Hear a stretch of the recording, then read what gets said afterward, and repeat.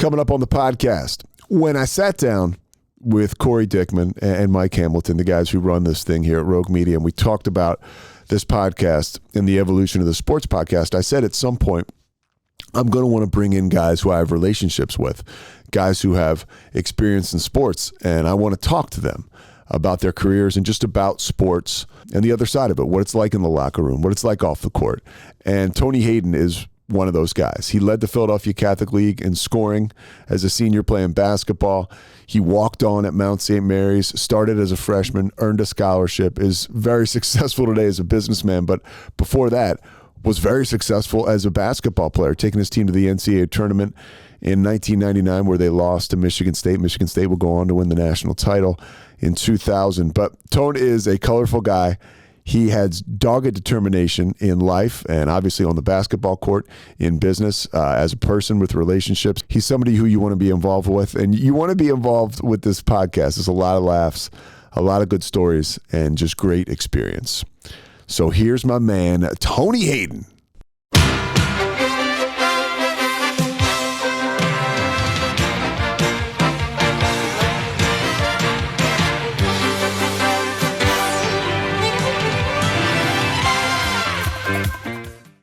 You're at Mount St. Mary's. You guys go to play at Michigan State.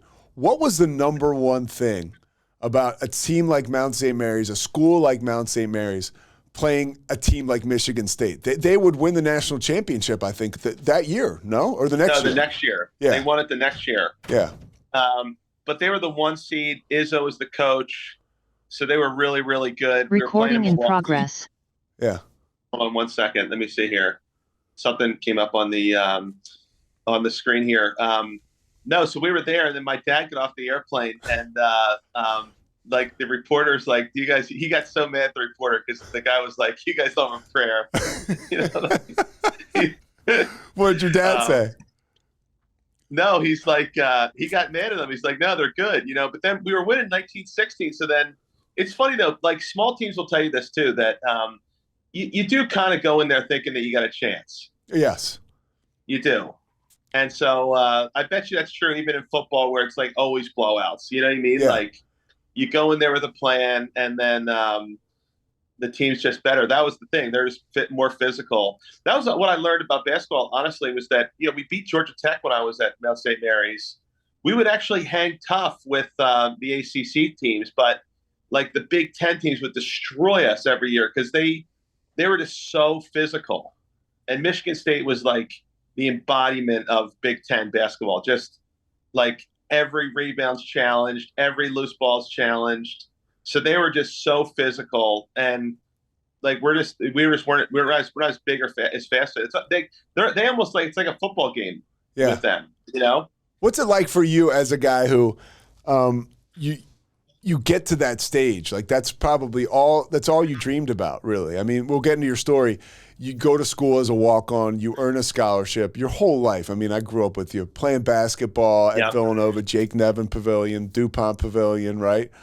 Can we say DuPont anymore? I guess, hey, we just did, right? The kids went over there the other night, and they snuck in, so it was like old times. Oh, yeah, we used to sneak in there. Yeah. We would play basketball. We're Villanova's main arena. And so now here you are playing in the or playing in the NCAA tournament. What's that like when it ends, when it comes to an end? Like when the buzzer sounds and it's over? Well, I got my freshman year at the Mount. I started, and then we were like on the we were under consideration for top 25 team. We had the longest winning streak in the country, and then we choked in the NCAA in our conference tournament, which is what the small schools you have to win to get there, right? So we choked. We had won 19 straight games. We were really, really good. So I kind of thought we were going to go right away freshman year, and then we lose, and then we weren't good sophomore year. We weren't good junior year. And then we got this recruit I'll tell you about him, Melvin Whitaker from Virginia. Oh, I remember. That kind of pushed us over the top my senior year. So that was really interesting to finally get to your dream, like the last game you play, basically. So that was kind of a cool ending, I think. Yeah, I saw that championship game. I went to Richmond, but I was in town, and we went to see your championship game where I was there with Patrice, your sister. And who did you guys beat in that championship?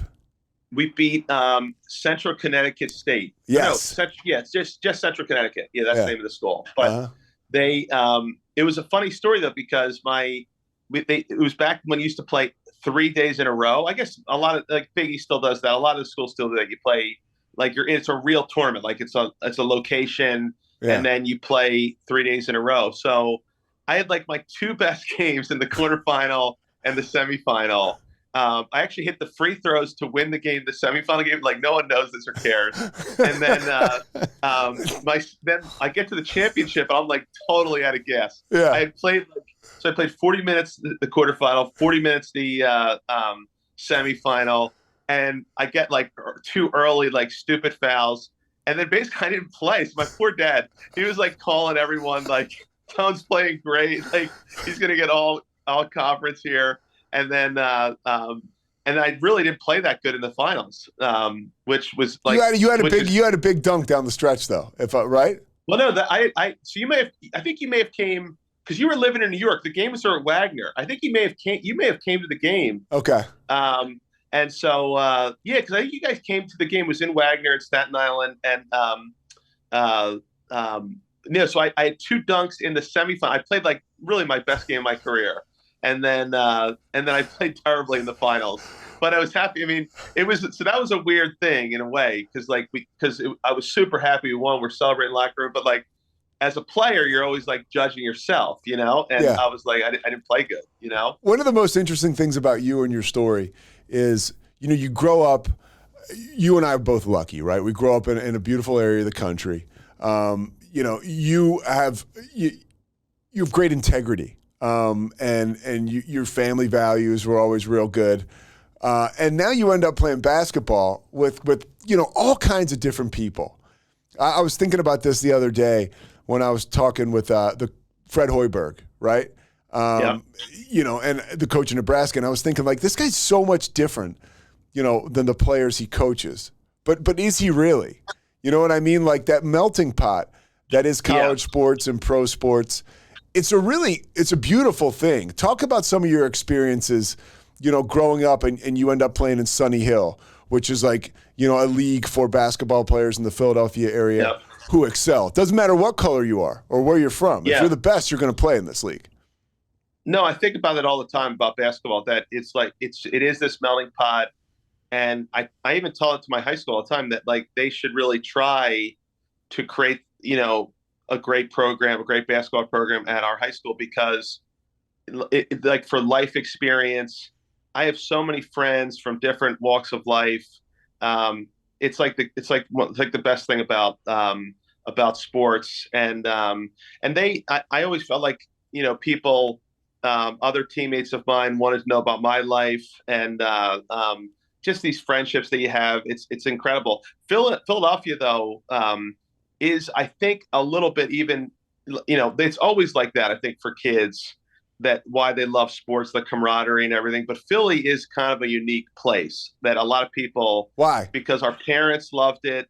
And then Philly is this melting pot. So you do have, you have these different cultures that exist within, you've got like the Black culture, Jewish culture, Catholic culture, Christian. So it's like there is all these different, and then everybody loves basketball. So Philly is like this basketball obsessed town. You've got 6 really good basketball programs in Philly, and then even like the D3 schools are good. The D2 schools are good. The high school basketball is incredible.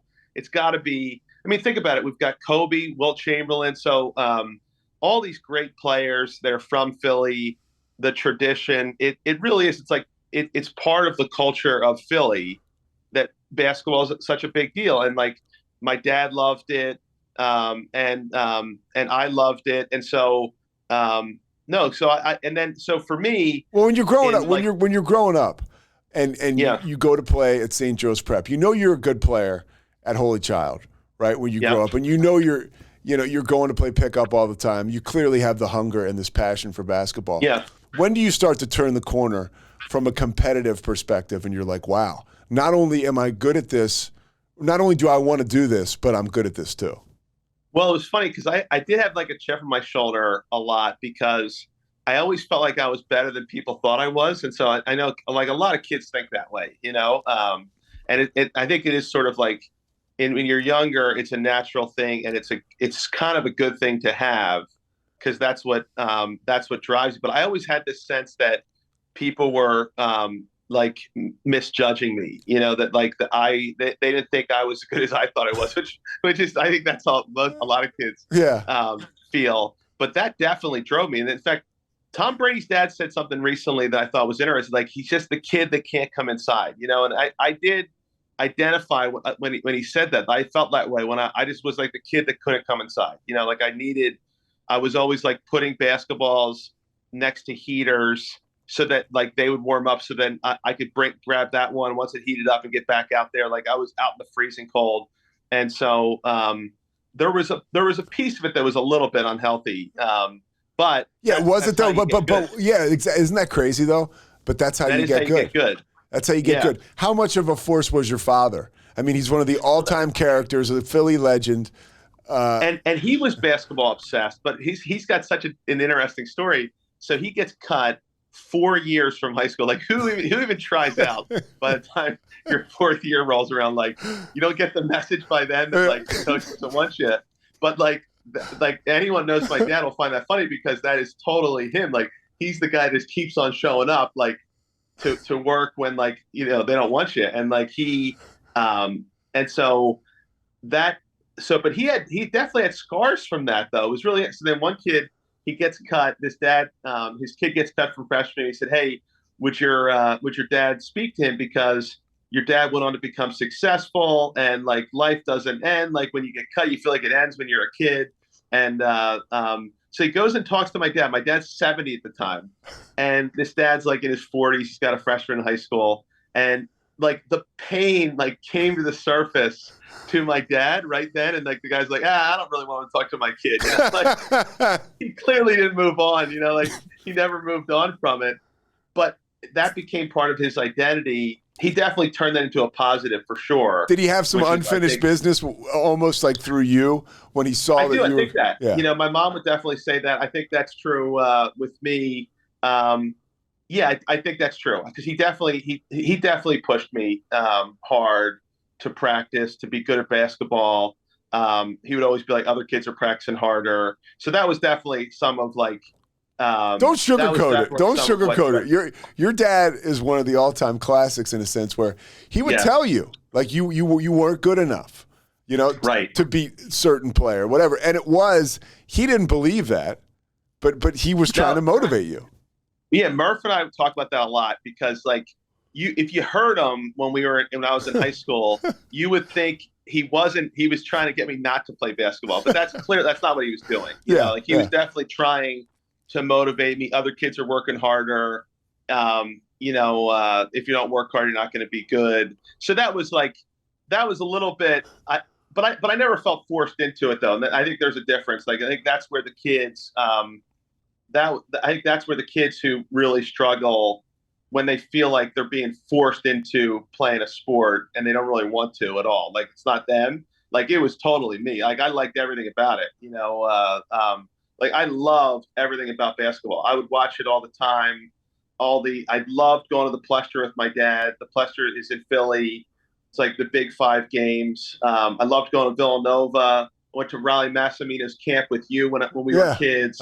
Meet the old players that came in. So my dad definitely pushed me. That was probably part of like you're right, like his sort of payback that he wanted to be living that life through me a little bit. But I think the reason it didn't bother me that much was because I loved it. Like I was obsessed with it. And it's weird, if you're at all like me, you don't necessarily mind the attention, and especially Tone because you were good at it, and you started to excel. When did that that light start to come on for you? Like, wow, I can do this well, and I think I can keep doing this into college. Were there moments throughout high school, whether it was summer league or whether it was even in grade school at Holy Child or at St. Joe's? I heard Jay Wright on a podcast, and he was saying that he read a study that like 70% or something, it's like crazy high number of college athletes think they can play in the pros. Like that's insane if you think about it. Like of let's just say there's 3,000 kids that play D1 basketball, maybe more, and majority think they're going to play in the pros, when in reality it's only like maybe 15 or to 30 of them. You know what I mean? A year. It's scary. And it's scary. so, so he always says that I think Jay said that he tried to remember that as a coach, that that kids have big dreams. I definitely did. I had big dreams. I had big dreams all the way into college, that I could make it to the pros. It's just interesting, the psychology of that, what drives you. No, but around my sophomore year is when I thought I could be pretty good. My sophomore year in high school, and I was really little. I looked at my kids looked at my driver's license that my mom still had. I was only 5'10". I grew to be 6'5". I was only 5'10" when I was 16, so I was really small sophomore year for basketball standards. And but I started on the varsity as a freshman. The team wasn't very good, but I was kind of the best player, leading scorer. So I felt like I could be really good my sophomore year. That's when. So as a freshman, you guys stink, but you're leading the team in scoring, and you're going into these environments. You're playing like at West Catholic. Roman. You're playing at Roman. Yeah. What is that like? Some of these hard schools in Philly, these harder Catholic schools. And it was because Philly always has all these incredible players, like incredible players. And so my sophomore year, though, Kobe Bryant was a freshman. My freshman year at the time had like a famous class of seniors: Rasheed Wallace, Alvin Williams. I'm trying to think, Jay Lawson, who played at Villanova. Yeah, he was at Olney. This like incredible group of all city players. I'm missing a couple, but they were like, I was a freshman. Murph and I talk about this all the time, that like Rasheed Wallace was like the first celebrity that we ever saw. Yeah. And he definitely. He kind of handled himself like a celebrity, even as a senior in high school at Simon Gratz. He had this cool hat that said Villanova Law School, and it had V Law on it. And like, we just thought he was the coolest guy like you'd ever see, Yeah. And he was incredible. I mean, even my dad. So my dad was like this he saw Wilt Chamberlain play live. He loved basketball. When he saw Rasheed Wallace play in high school, my dad thought he was the next Wilt Chamberlain. He did. And in fact, we remember saying to each other, about Kobe his freshman year, that he was no Rasheed Wallace, which is so interesting to think now, because he went so far beyond him. But at the time, Rasheed Wallace was like the pinnacle of great basketball players, and that was my freshman year. So he was playing in all the summer leagues that I was playing. I saw him all the time. It was just so cool to like be around a celebrity. And I was 15, he was 18, so I was only like 3 years younger than him. But do you get nervous around a guy like that when you're coming up? Or? Yeah, totally. And the other guy we really looked up to, and I think you've met him before, is super nice guy, was Alvin Williams over at GA. Because I remember going over there for a game, and I saw him, just working out by himself in the gym over there.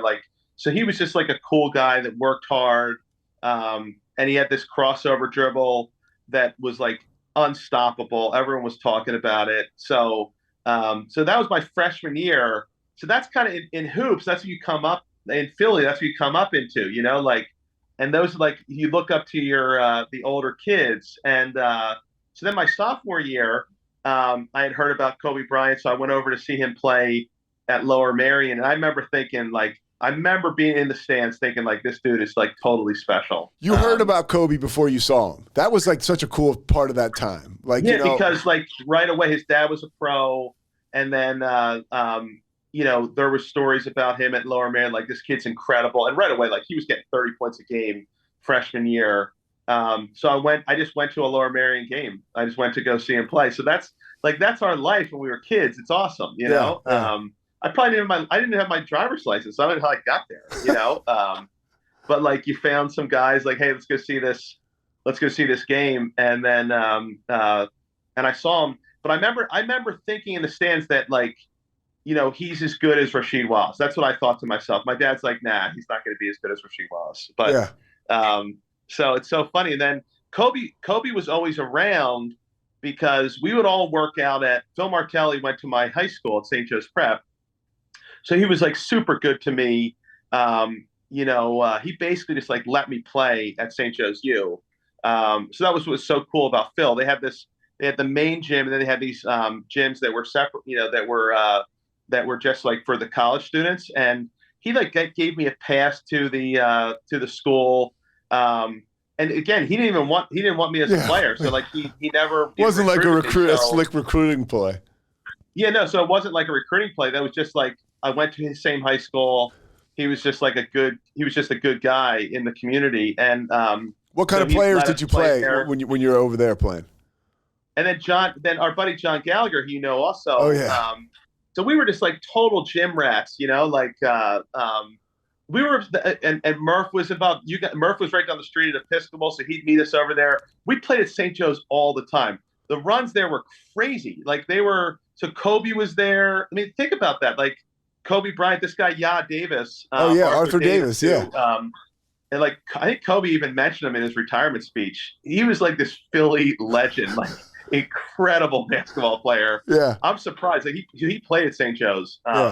And like he was a sort of a can't miss pro. So that was a bummer that maybe he made it to the league for a little bit, but Kobe was like, dude, this like I remember watching him play with Kobe, like they were going back and forth. Like you couldn't tell who was better when they were younger, those young confident players just going at each other in those like summer afternoons. So that was at St. So can you imagine as like a 16-year-old sophomore white kid from the suburbs, you go to so that gave me this life. We go get these cheesesteaks afterwards at the belly fillers. But that was my whole life. And you're playing with these guys. You're playing pickup with these guys. I'm playing pickup all the time with them. My dad did sort of recognize like I had a bit of an obsession with basketball, What would he say? So he even said to his friend, Billy Cunningham, who, Billy was the coach of the Sixers, like top 50 basketball player of all time. He lived, he lived in Philly. Billy wasn't from Philly. I think he's from Brooklyn, New York, but he played in Philly and then he was the coach. So he lived in Philly. And my dad and him were great friends. In fact, like they were really great friends. So then my dad would always call and be like Tony's not gonna make it. Like, but I feel like he's setting himself up for rejection. Billy gave him the best advice. He's like, "What do you care? Like, he plays basketball all the time. Who cares? Like, it's keeping him out of trouble." It definitely did that for sure. Those are like super fond memories that I have about playing in Philly, playing basketball. You talk about the chip on your shoulder? When did people start to take you seriously, or you felt like they started to take you seriously? Well, my coach Mo Howard, you've met before too. Yeah. Mo was also like this Philly hoops legend, and he knew everybody. He had played in the pros. He was a great basketball player and a great person. And so he wanted me.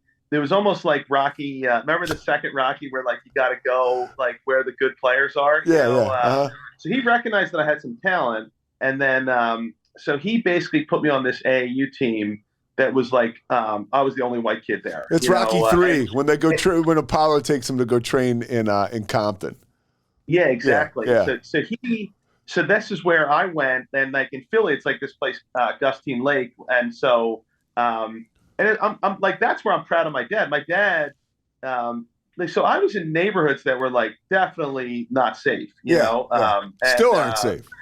And so, but it was awesome, you know, because like, and it's true, like that's what's so cool about that movie with Rocky. Like these kids had like a real hunger, you know, and that's what was different about it for me was like I definitely like was just all about like the love and like the obsession with the game. Like this was something deeper. Like this was like I got to get to college. Do you know what I mean? And I got to, you know, this is a vehicle for me and my family. Yeah, it was about like it was something much deeper. No, so anyway, so I went there and then I did really, really well. We had a bunch of AAU tournaments. I was starting to get looked at by coaches at the end of my sophomore year, going into my junior year, and then going into my junior year, I really was playing great. Like I was leading the whole city in scoring my junior year early, and then I broke my ankle. Like 6 games in, we beat everybody. We beat Chestnut Hill Academy, who was really good at the time. We played and we beat GA. Like, so we were beating all these really good teams, and I broke my ankle. So how does that affect the recruiting process? I was on a path for sure to go higher D1 because I was scoring a lot, my junior year, and then I broke my ankle, and you missed the rest of the year. Yeah, I missed the rest of the year. Wow. So I missed my junior year, which is like the most important recruiting year, and I never really recovered. I remember even having pain going into my senior year, because then my summer of my junior year, which is like really like can't miss situation. I played badly, and then so I never got recruited really. Yeah. But you have a good senior season. I mean, you're one of the really good. You led the Philadelphia Catholic League in scoring.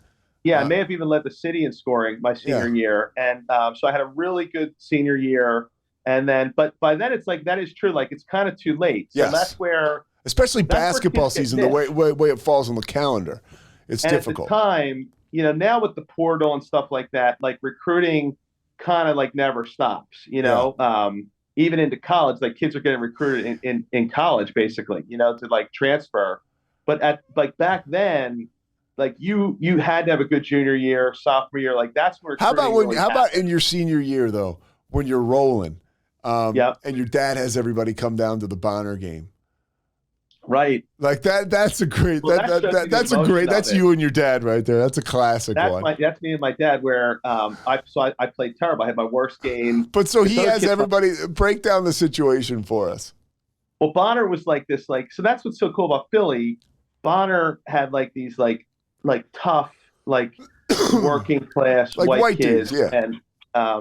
And they were tough, man. Like you remember that? Like it was going to be like a street fight, And so we played at Bonner. I played terrible. They were really good that year. They were kind of overachieved. They had this kid, Mike Nestor, you remember? He was really good. Yeah. Like he was a kid. He played D2, but I was shocked that he played D2. Like if he played at any other place in the country, he would have been a D1 player because he could just like score. He could, like crazy. And so I played bad, and my dad's like, great players don't play bad in the big moments. But so that's like a cut to the heart. Well, your dad had all these people come to see you. He's telling all his buddies, "Hey, you got to come see Tony play." Billy Cunningham was there. He brought Billy Cunningham. Yeah, and so that's like you can see like where Philly has like it's just so obsessed with basketball. And that's what's cool about Philly basketball too. Like you'll be at a game at Bonner, and like you'll see Fran Duffy, Phil Martelli. It's such a cool thing. So your dad tells you that, hey, big players or good players don't play bad in big situations, and that cuts right to you. Does that make you play even better or harder? Does that develop more of a hunger? Yeah, it did. And so I didn't back down from that. I think that's what not everyone can be coached that way, though. Do you know what I mean?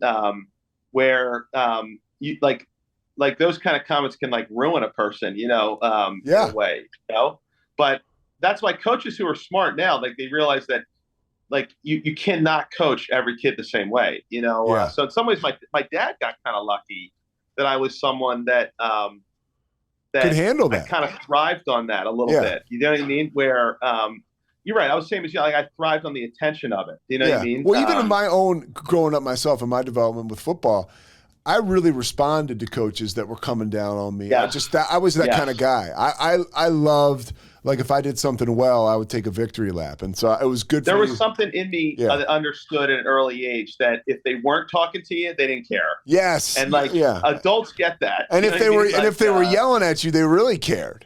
They really cared. Yeah. And so I was getting yelled at a lot by my dad, by my coaches, and there was something innate in me that understood that, like, and probably because like they were, these people like my dad and Coach Howard, they were good to me 99% of the time, but they were tough on me too a lot,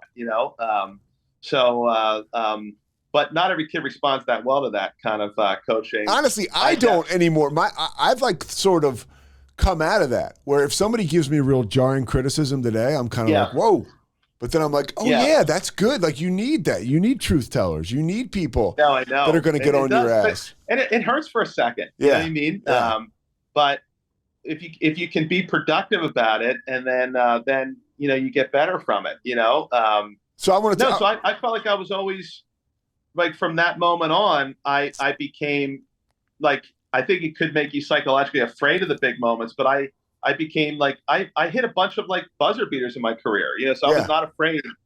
I wasn't afraid of the big moments in games. I definitely I wanted the opportunity. Where did you find the belief in yourself as you your star starts to rise?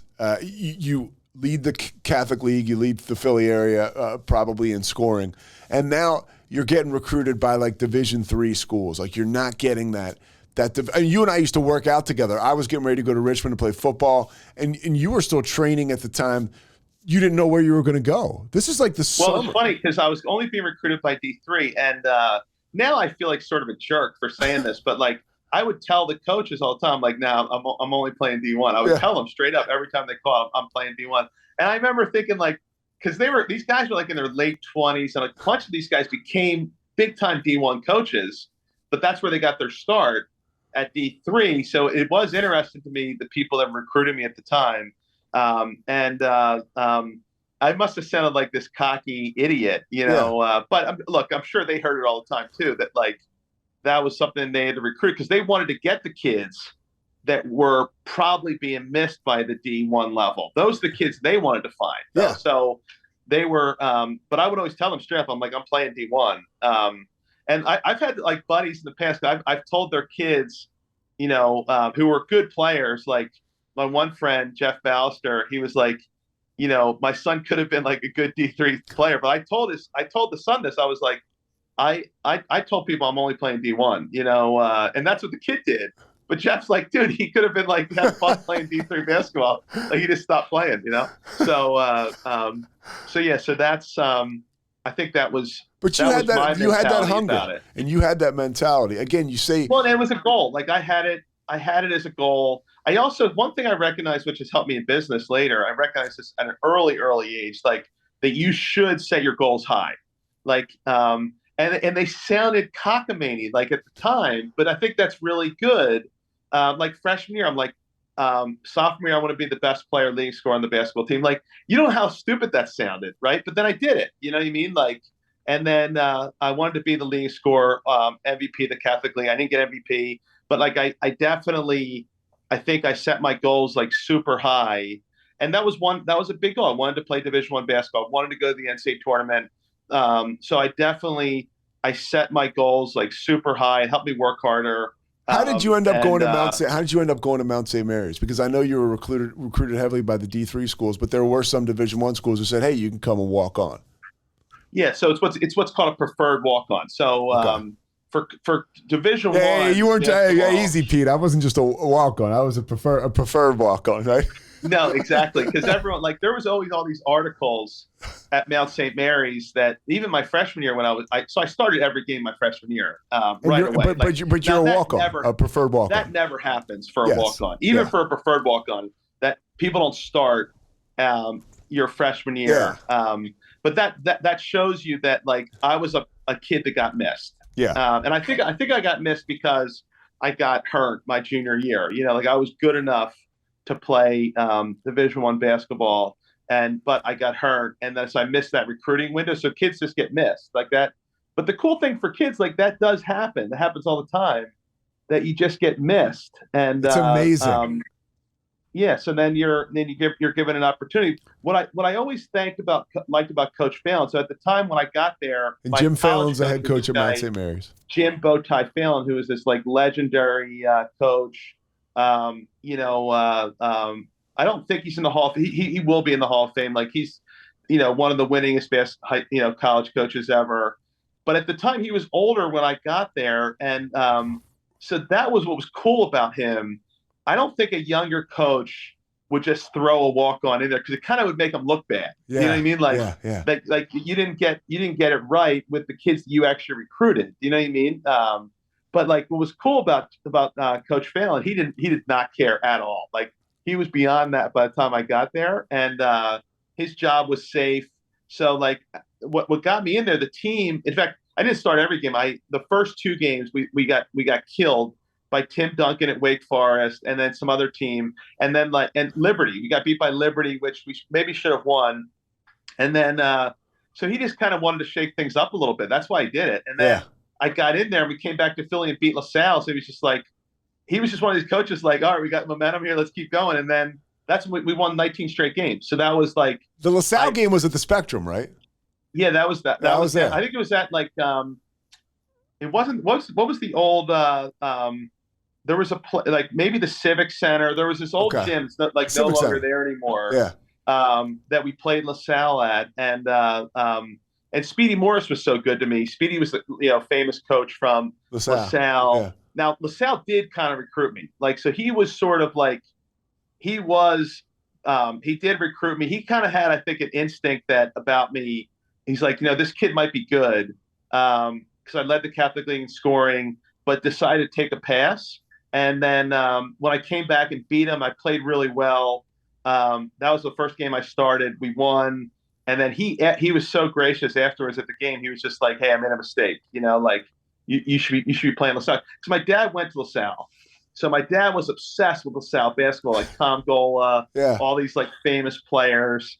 And then so that's where he wanted me to go. And then when they passed over me, and then I beat them 3 times out of 4 years at when I played at the Mount. Speedy was so cool to me. He's like, man, you should be playing for LaSalle, which is funny. In the transfer portal, I probably would have just like, oh yeah, for sure. I was just about to ask you that. Left. Where would you have gone? Just left and gone to LaSalle probably. I think. Okay. Honestly. Yeah. Because that was like my family. That was like my family school. Okay. Yeah. And I loved it there. I worked Speedy's camp. I went to his camp when I was a kid. I worked. That's where Kobe was there. And then Kevin Hart always tells the story. That's what's so cool about Philly hoops. Kevin Hart used to go to Speedy Morris's LaSalle basketball camp. No way. What does Kevin Hart say?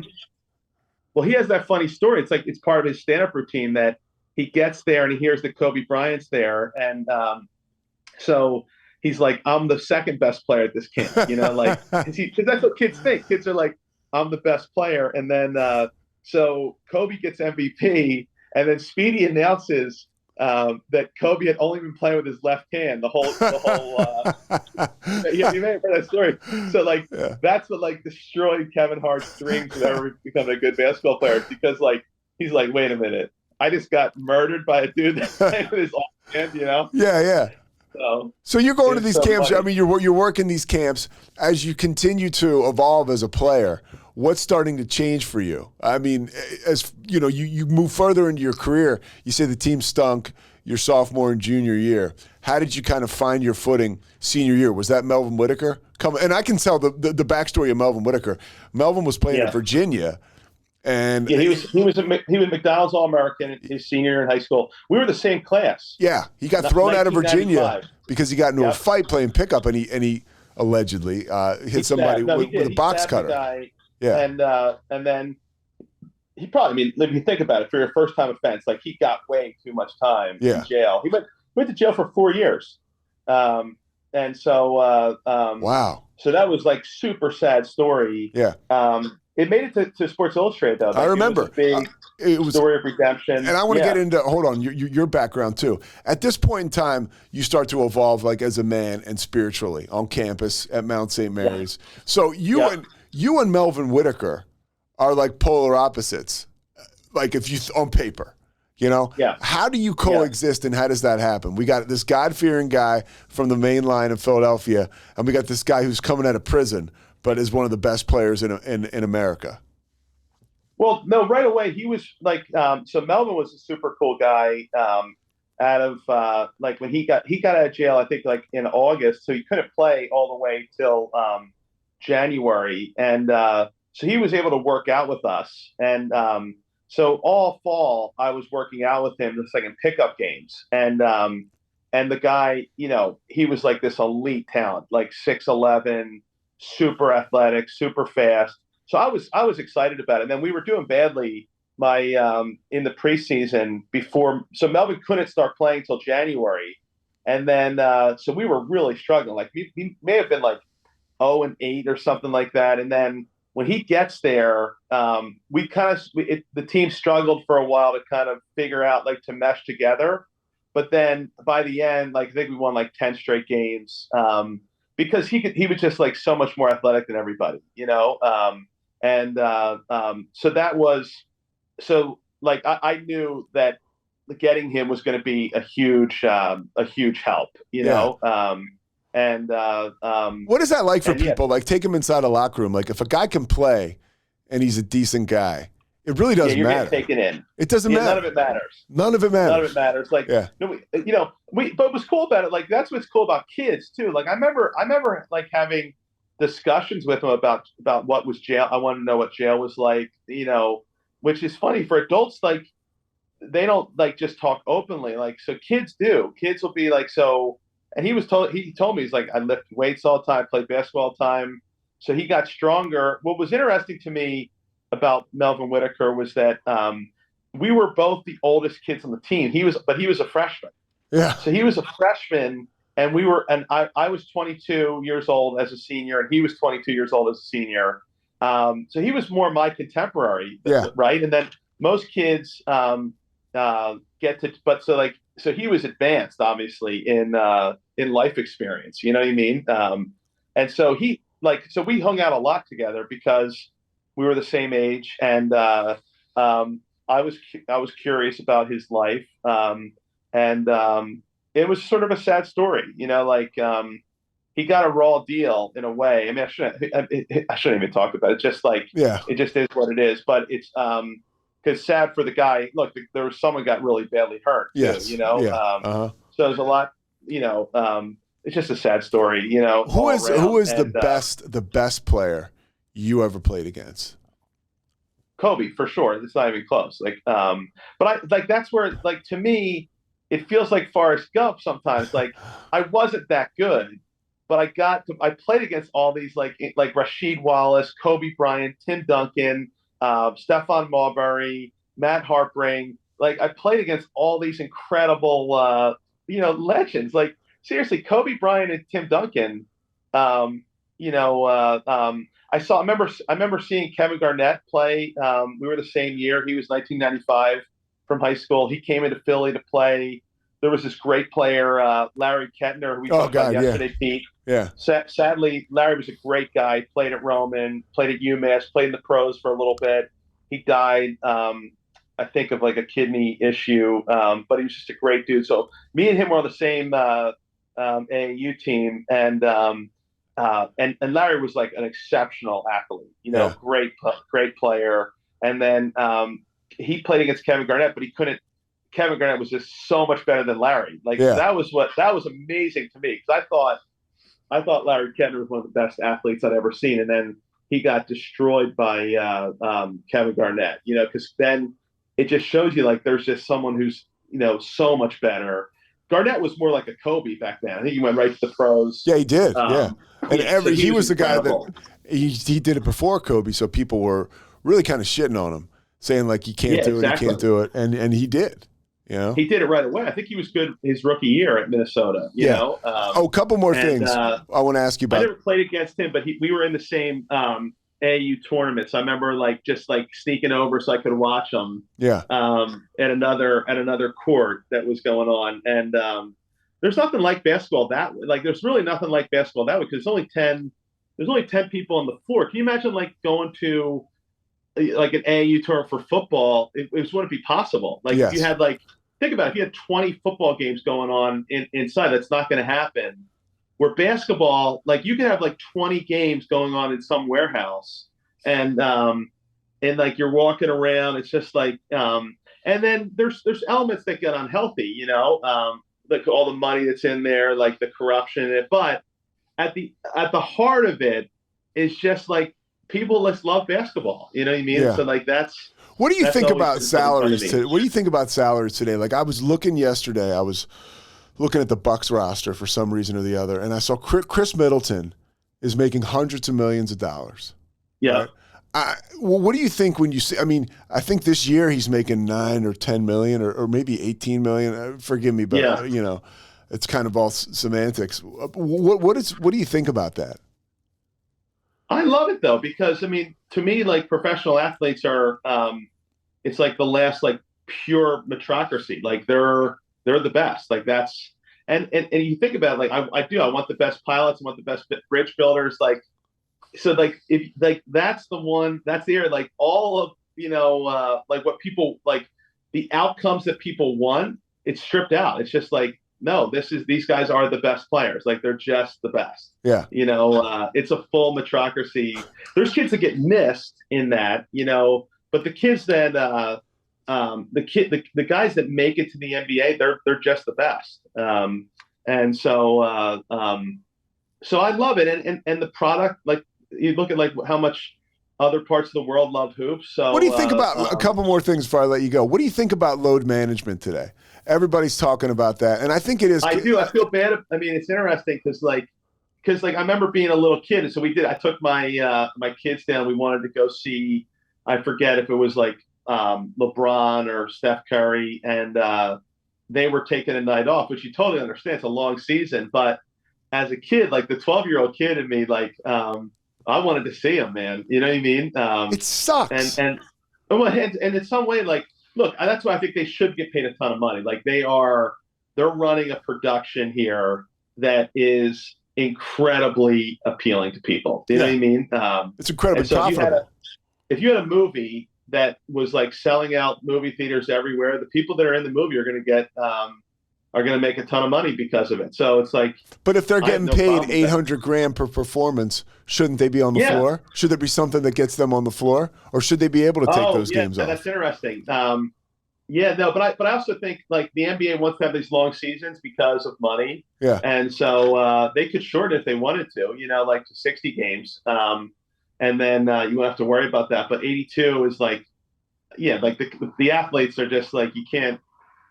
But look, even when you're having like, Hamilton or To Kill a Mockingbird up on Broadway, they have different actors though that play the lead. So it's just, to me, it's like it's entertainment. Like it's and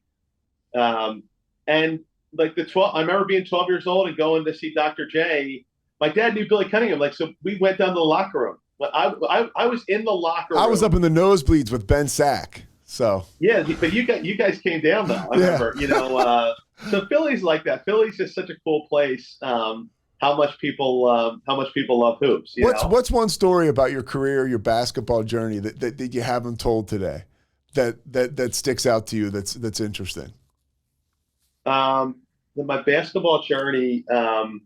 Well, I did. I mentioned the story about. I don't know if I told this today, but my dad actually had a picture of me playing against Kobe Bryant in his office, and at the time I was like, it was like Kobe dunking on me or something, but it was something it was just sort of a cool thing because Kobe was from Philly. My dad loved Philly basketball, like so. I think my dad just thought it was cool that I was playing against Kobe Bryant. You know what I mean? And at the time, like we used to joke about, because in the article it says Kobe scored 35 points against me, and at the time, it was like I got torched by Kobe. Like, but thinking back on it now, I'm like, my D must have been pretty good then. Actually, like I held him to 35. Yeah.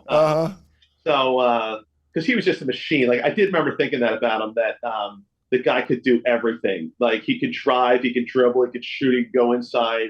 He could do anything he wanted to, But I remember thinking, like, because I got in foul trouble in the game, that I was on the bench. I'm like, I'm the only guy that can, like, give him a chance, because he was torching other guys worse, Yeah. So those are great memories to me about playing hoops, Tone, you're a huge White Lotus fan. What are you watching now? Anything interesting you're watching now? Because I know you get on these runs. I'm watching this show, Beartown. It's actually it's this book about hockey in Sweden. I heard about this show. You may have seen it, and the book's really good too. There's sort of that's what I talked to you about, that there's unhealthy elements that kind of run, like there's a darkness that sort of runs whenever you take sports too seriously, like that's the thing. You can't stop remember that it really is just like, it's fun. Like that's what it should be about. I remember hearing Jay Wright say this, that when he first became a coach, he got there and he just like loved everything about it. And I felt this, like, I understood that big time. Like when I got to my first college practice, I loved everything about it. So I think if you can take, if you can keep the fun in it and like that wonder that you have as a kid, that's awesome. Like, and like we watched the World Series and my wife and I were saying that, like, these guys that are 30 years old, you see them in the dugout after a home run, like they become kids again, like, and that is something good. But like when it becomes, when your priorities aren't right, that's what we talk about with White Lotus, that you can't fill the God-sized hole that you have. Everybody has this God-sized hole that only God can fill. Yeah. And then when you try and fill it with other things, that's when bad things happen. So you fill it with sports, you fill it with drugs, you fill it with all these other things that aren't healthy. But I think, but if you're able to keep your priorities straight, then sports can really be like this great relief that you have in the world, and this great experience and the connections, travel, all those things. But you got to keep your priorities straight, and that's what I like about that show. This show, Beartown, was that that hockey had replaced like the priorities in your life. You know what I mean? Like where hockey had become number one, and I can clearly see that when I go to like an AAU tournament now, where basketball then in a place like Philly becomes the number one thing, and then like your life's not ordered properly, so like bad things can happen. So, but I'm sure that's true with anything. But the reason I like the show and the book Beartown though is because I did kind of like being from Philly, it was like the way he described hockey in Sweden. It is similar to the way how we're so obsessed with basketball here in Philly. Last question for you. Yeah, you're going to go today. You're going to watch JP play basketball, your son, right? Yeah. How, as a fan, do you watch your son play basketball? As a guy who had a very successful basketball career, you get to the NCCA tournament. You lead the Catholic League in scoring. You're playing against Michigan State as a senior in college. How do you watch your son just as a fan and lay back? Well, I've been super proud of JP because when I was coaching all the time, you'd have to call the kids that you were going to cut and basically say, hey, you should stick with it. And it was sort of a line, right? But it's also true. Like that was the thing about me too, or my dad, that like you really should just stick with it, because there is this sort of benefit. The guy I work for now, Jim McGuire, has a line in his book. It's called Just Show Up, because there is something to that. Like if you just keep showing up, then other people fall away just by attrition. So what I'm really proud about JP is, he didn't play his freshman year. He didn't play his sophomore year. He didn't play much his junior year. And then the dude just kept showing up. So the team went to this rebuild where they wanted to bring in all these young kids. They basically start 5 sophomores now. And so then all these seniors transferred. They just left. And John's the only one left. And now he's the captain. He's in the rotation. So to me, like, that has been an incredible lesson to just keep showing up. Yeah. That, like, if you just keep showing up, then good things will happen, and so that's why, so for me, for JP this year, it's been like an incredible experience to watch him. He's a really good leader on the team. He's not jealous of these, which to me, that's what even his coach talked about, was that for a senior and a sophomore, there can easily be jealousy. He's not like that. He's got good body language during practice. The kids, because they're younger, they want to be his friend. Do you know what I mean? Yeah. And so he's really good to them. And so he's getting all the right lessons out of sports. Jay Leno has the best line about showing up. He says he was an open mic night comic trying to come up. and he's in this huge line in the freezing cold, this long line in Boston to go do like open mic night, at like some big comedy club. And he's in line, and one guy gets out because it's too cold. Another guy gets out. And then somebody else gets out of line, and he says to himself as this young man, aspiring comedian, so you're telling me all I have to do is just stay here and people are going to fall off? Like, that's how I'm going to win part of the time, just showing up and sticking with it. And it's that dogged determination and just kind of showing up that can really change you and change your future. No, that was like my dad was, the coach for him, the coach was like, wait, you again? But and when you're that type of person, you're gonna have those experiences too. That like you're gonna show up and you don't really belong. But if you keep doing it, next thing you know, like you're right, someone gets injured, like hey, get in the game, and that's what happens, All right, Tone, you're all done, dude. That was great. All right, great, Pete. That was fun, man.